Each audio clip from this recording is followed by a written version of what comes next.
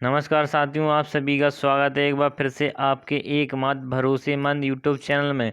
तो इस वक्त की बड़ी खबर EPS 95 पेंशनर्स सब्सक्राइबर को लेकर आ रही है। जी हां, CBT ने दी कर्मचारी पेंशन स्कीम 1995 संशोधन करने की मंजूरी। 6.3 लाख पेंशनरों को होगा फायदा। श्रम और रोजगार राज्य मंत्री संतोष गंगवार ने बैठक के बाद बताया।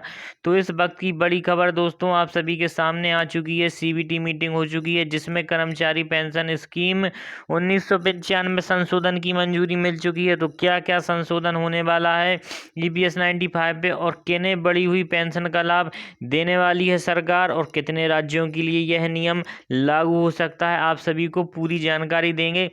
तो आप सभी को पता है कि यह किस लिए और कब से मांग चल रही थी। तो दोस्तों काफ़ी लंबे समय से जो है 7,500 रुपये को लेकर यहाँ पर मांग चल रही थी कि जितने भी EPS धारक हैं उनको कम से कम यहाँ पर 7,500 रुपये न्यूनतम पेंशन दी जाए, प्लस DA भी दिया जाए, क्योंकि बहुत से ऐसे श्रमिक हैं जिनको पेंशन में बहुत ही कम जेब में आता है। जैसा कि आप सभी जानते होंगे कुछ ऐसे पेंशनर हैं जिनको 1,000 रुपये से भी कम मिल रहे हैं। वहीं न्यूनतम पेंशन कुछ को 2,50,000 रुपये मिल रही है सिर्फ। तो करीब ऐसे 40 लाख पेंशनधारी हैं जिनको बहुत ही कम पेंशन का लाभ यहाँ पर मिल रहा था। तो यह खबर उनके लिए जान लेना बेहद ही ज़्यादा महत्वपूर्ण है और बहुत अच्छी भी खबर निकल कर आ चुकी है। तो आप सभी को पूरी जानकारी बताएंगे। तो आप सभी को जैसा कि जानते ही होंगे कि काफ़ी लंबे समय से चली आ रही थी ये बहस कि कब आखिर सरकार सबकी मांगों को पूरा करेगी। तो आइए आप सभी को बताते हैं जो पूरी खबर निकल कर आ रही है 1995 EPS 95 के लिए। तो श्रम और रोजगार राज्य मंत्री संतोष कुमार गंगवार ने बैठक के बाद बताया कि EPFO ने EPS सदस्यों के 91% दावों को ऑनलाइन मोड से निपटाया है। तो यहाँ अभी इस समय लॉकडाउन की स्थिति चल रही है, इसलिए ज़्यादातर जो मामले हैं उन सभी को यहाँ ऑनलाइन ही किया जा रहा है समाधान सबका। तो EPS 95 NAC के अध्यक्ष हैं कमांडर अशोक रावत। रिटायर का दावा है कि 30 साल काम। तो जो रिटायर हैं कमांडर उनका यहाँ पर एक बयान निकल कर आया हुआ है, आप सभी को उनका बयान बताते हैं कि क्या बयान है। कि 30 साल काम करने और पेंशन फंड में योगदान करने के बाद भी जो कर्मचारी हैं उनको मासिक पेंशन के रूप में सिर्फ 2,500 रुपये ही मिल रहे हैं। इससे गुजर बसर करना मुश्किल है। मथुरा की सांसद ने पत्र में लिखा है कि वह पेंशन धारकों के प्रतिनिधियों के साथ मिलकर प्रधानमंत्री जी से भी मुलाकात कर ज्ञापन सौंप चुकी हैं। तो आप सभी को पता होगा कि कई बार ज्ञापन सौंपा जा चुका है, लेकिन कोई बड़ी खबर नहीं निकल कर आई थी। ना ही सरकार ने जो EPS धारक है उनकी मांगों पर कोई भी विचार नहीं किया था। तो उन्होंने श्रम मंत्री से बुजुर्ग पेंशनरों की मांग पर गौर करने की अपील की है। राउत ने दावा किया है कि EPS राष्ट्रीय संघर्ष समिति 65 लाख EPS 95 पेंशनदारों का प्रतिनिधित्व। तो EPS 95 कर्मचारी भविष्य निधि संगठन EPS की कर्मचारी पेंशन योजना है। EPS कर्मचारी पेंशन योजना 1995 के तहत आने वाले कर्मचारियों के मूल वेतन, बेसिक और महंगाई भत्ता का 12% हिस्सा भविष्य निधि में जाता है। वहीं नियोक्ता के 12% हिस्से में सिर्फ 8.33। वहीं 65 लाख पेंशनरों को अच्छी खबर मिल सकती है। अगर लेबर मिनिस्ट्री ने BJP MP के इस प्रस्ताव को मान लिया तो बेसिक पेंशन में बढ़ोतरी हो सकती है। वहीं ये खबर नई दिल्ली से निकल कर आ रही है। ऑल इंडिया EPS 95 पेंशनर संघर्ष समिति ने कहा है कि विभिन्न राज्यों में उनके सदस्यों ने EPF 95 योजना के तहत न्यूनतम मासिक पेंशन 7,500 रुपये देने के लिए सरकार पर दबाव डाला है।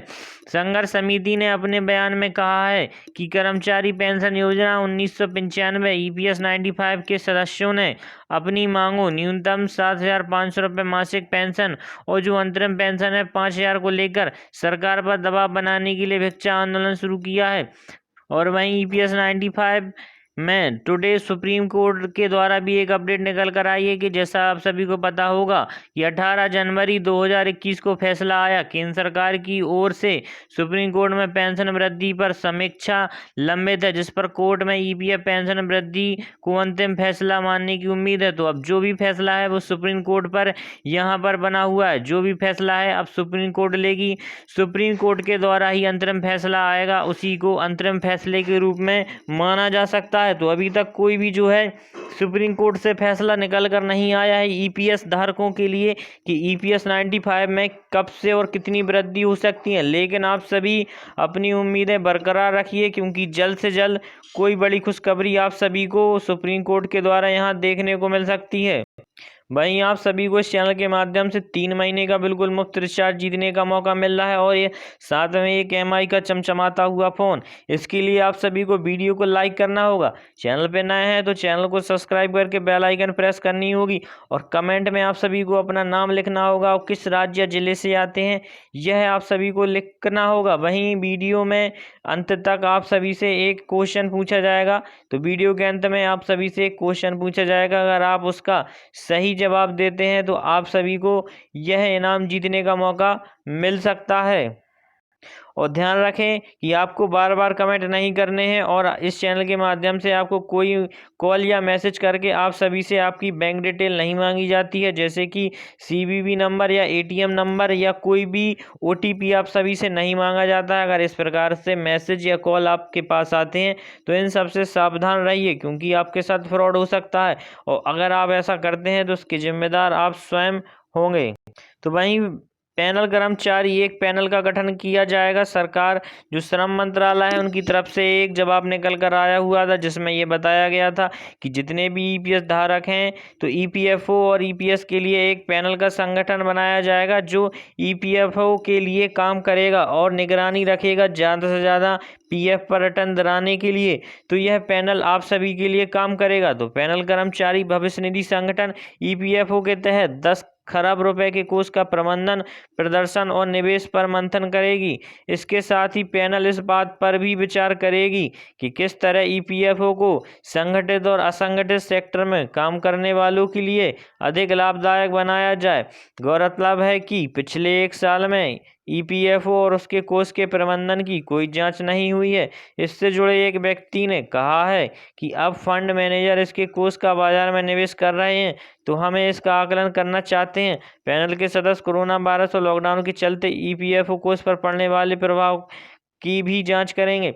तो यहाँ ईपीएस धारकों के लिए जल्द कोई बड़ी खबर निकल कर आ सकती है, और आपकी जो पेंशन है उसमें वृद्धि हो सकती है। इस प्रकार की संभावनाएं बनी हुई हैं कि जल्द से जल्द सुप्रीम कोर्ट आप सभी के हक में कोई फैसला सुना सकता है, और आपकी जो न्यूनतम पेंशन है 1500 रुपये उसको बढ़ाकर 7500 रुपये कर सकता है, प्लस महंगाई भत्ता जो है वह भी दे सकता है। क्योंकि काफ़ी ऐसे ईपीएस पेंशन धारक हैं वह बहुत लंबे समय से 7500 रुपये करने की मांग कर रहे हैं, लेकिन अभी न्यूनतम पेंशन जो है वो सिर्फ 1500 रुपये और अधिकतम 2500 रुपये बनी हुई है। तो लगातार यहाँ कोशिशें चल रही हैं। तो कमेंट बॉक्स में आप लोग ज़रूर लिखकर बताइए कि आप लोग किस राज्य या ज़िले से आते हैं, और इस वक्त आप सभी को कितनी ईपीएस का लाभ मिल रहा है और किस कंपनी में आपने वर्क किया हुआ है।